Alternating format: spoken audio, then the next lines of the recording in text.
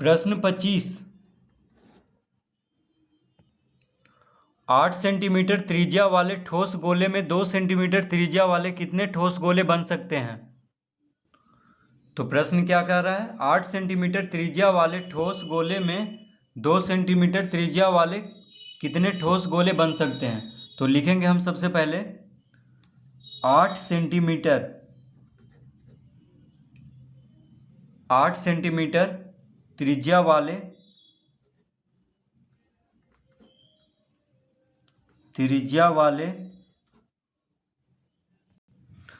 8 centimetre त्रिज्या वाले ठोस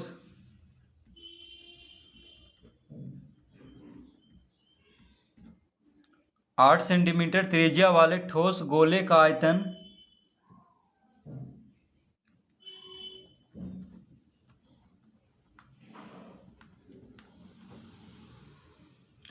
तो गोले का आयतन का सूत्र क्या होता है? 4/3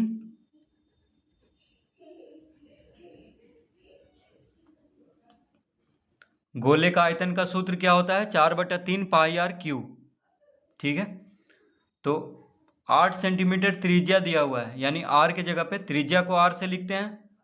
तो 8 त्रिज्या कितना दिया हुआ है? 8 सेंटीमीटर। तो आर के जगह पे हम 8 लिखेंगे, यानी लिख लेंगे इसको 4/3 पाई गुना 8⁻3। आर के जगह पे क्या लिखेंगे? 8 लिख लेंगे, यानी त्रिज्या 8 है, तो आर के जगह पे 8 लिख लेंगे। और त्रिज्या सेंटीमीटर में है, 8 सेंटीमीटर है, यानी सेंटीमीटर में है, तो आयतन क्या में हो जाएगा? घन सेंटीमीटर में। तो हम लिख देंगे यहाँ पे घन सेंटीमीटर। तो 8 सेंटीमीटर त्रिज्या वाले ठोस गोले का आयतन कितना हो गया? 4/3 पाई गुना 8⁻3 घन सेंटीमीटर। तो इस तरह लिख लेंगे। अब लिखेंगे 2 सेंटीमीटर 2 सेंटीमीटर त्रिज्या वाले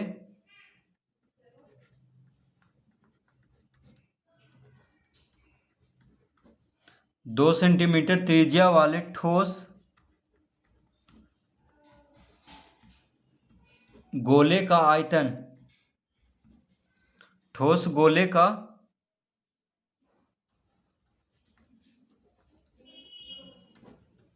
आयतन बराबर, अब गोले का आयतन का सूत्र क्या होता है? 4/3 पाई आर क्यू। तो गोले का आयतन का सूत्र होता है 4/3 पाई आर क्यू। अब त्रिज्या को आर से लिखते हैं, तो त्रिज्या कितना दिया हुआ है? 2 सेंटीमीटर, यानी आर के जगह पे 2 लिख लेंगे। तो हो जाएगा 4/3 पाई गुना 4/3 पाई गुना आर के जगह पे क्या लिख लेंगे? 2, यानी 2⁻3। 2 सेंटीमीटर त्रिज्या दिया हुआ है, तो आर के जगह पे 2 लिख लेंगे। घन सेंटीमीटर, तो त्रिज्या सेंटीमीटर में है, तो आयतन क्या में हो जाएगा? घन सेंटीमीटर में। तो इस तरह से लिख लेंगे।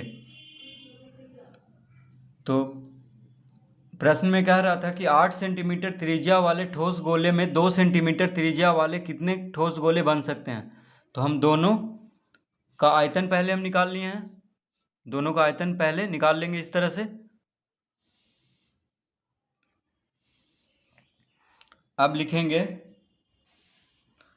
2 सेंटीमीटर, तो 2 सेंटीमीटर त्रिज्या वाले ठोस गोलों की संख्या पूछ रहा है, तो हम लिखेंगे यहाँ पे 2 सेंटीमीटर 2 सेंटीमीटर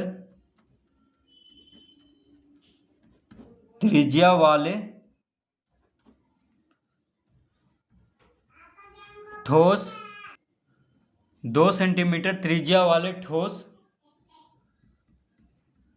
गोले की संख्या, ठोस गोले की संख्या बराबर क्या हो जाएगा?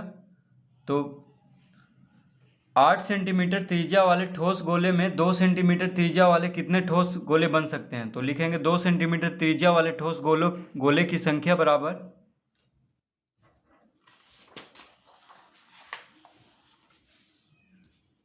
तो 8 सेंटीमीटर त्रिज्या वाले ठोस गोले का आयतन कितना आया था? 4/3 पाई गुना 8⁻3। ठीक है, तो 4/3 पाई गुना 8⁻3, 4/3 पाई गुना 8⁻3, यह है 8 सेंटीमीटर त्रिज्या वाले ठोस गोले का आयतन इतना आया है। और 2 सेंटीमीटर त्रिज्या वाले ठोस गोले का आयतन कितना आया है? 4/3 पाई गुना 2⁻3। तो देखिए 2 सेंटीमीटर त्रिज्या वाले ठोस गोलों की संख्या बराबर हम तो 8 सेंटीमीटर त्रिज्या वाले ठोस गोलों का आयतन को 2 सेंटीमीटर त्रिज्या वाले ठोस गोले का आयतन से भाग दे देंगे। ठीक है, इस तरह लिख लेंगे। तो अब इसको भाग देते हैं। तो देखिए पाई से पाई कट जाएगा, पाई से पाई कट गया, 4/3 से 4/3 को काट देंगे। क्या बच गया यहाँ पे? 8⁻3 अब बटा में 2⁻3। तो लिखेंगे अब 8⁻3 बटा 2⁻3, ये बच गया यहाँ पे। तो 8⁻3 यानी 8 गुना 8 गुना 8, 3 बार गुना करेंगे क्योंकि घात 3 है। और 2⁻3 यानी 2 गुना 2, इस तरह लिख लेंगे। अब देखिए 2 दूना 4, 4 दूना 8, 2 दूना 4, 4 दूना 8, 8 से 8, 8 से 8 को काट लेंगे। क्या बच गया यहाँ पे? 8 गुना 8 64, 64 बच गया। देखिए 2 दूना 4, 4 दूना 8, 8 से 8 को काट लेंगे, नीचे 8 है, 2⁻3 यानी 2 दूना 4, 4 दूना 8, 8 से 8 काट लेंगे। क्या बच गया? 8 8 64। यानी 2 सेंटीमीटर त्रिज्या वाले ठोस गोलों की संख्या, अभी क्या निकाल रहे थे हम? 2 सेंटीमीटर त्रिज्या वाले ठोस गोलों की संख्या बराबर कितना आ गया? 64। तो इसका उत्तर आ चुका है। इसका उत्तर कितना है? 64 है। तो इसका मतलब हुआ कि 8 सेंटीमीटर त्रिज्या वाले ठोस गोलों में 2 सेंटीमीटर त्रिज्या वाले 64 गोले बन सकते हैं। ठीक है, इसका मतलब यही हुआ।